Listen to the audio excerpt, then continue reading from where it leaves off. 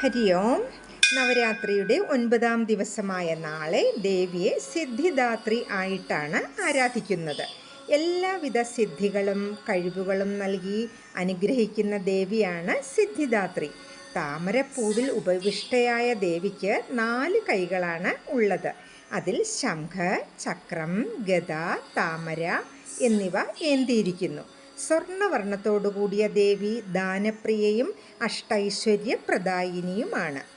ഭഗവാൻ പരമശിവന് സർവസിദ്ധികളും ലഭിച്ചത് സിദ്ധിദാത്രി ദേവിയുടെ അനുഗ്രഹം കൊണ്ടായതിനാൽ ഭഗവാന്റെ പകുതി ദേവിക്ക് നൽകി ഭഗവാൻ അർദ്ധനാരീശ്വരൻ ആയി എന്ന് പുരാണത്തിൽ പറയപ്പെടുന്നു. ഈ ദിവസം സിദ്ധിദാത്രി ദേവിയെ ഭക്തിപൂർവം ആരാധിച്ചാൽ അഷ്ടസിദ്ധികളും നൽകി മോക്ഷം ലഭിക്കുന്നു.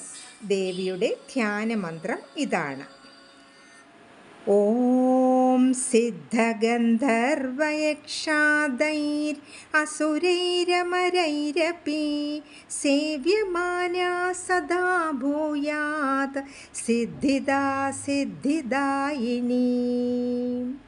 എല്ലാവർക്കും പരാശക്തിയുടെ അനുഗ്രഹം ഉണ്ടാകട്ടെ എന്ന് ആത്മാർത്ഥമായി പ്രാർത്ഥിക്കുന്നു.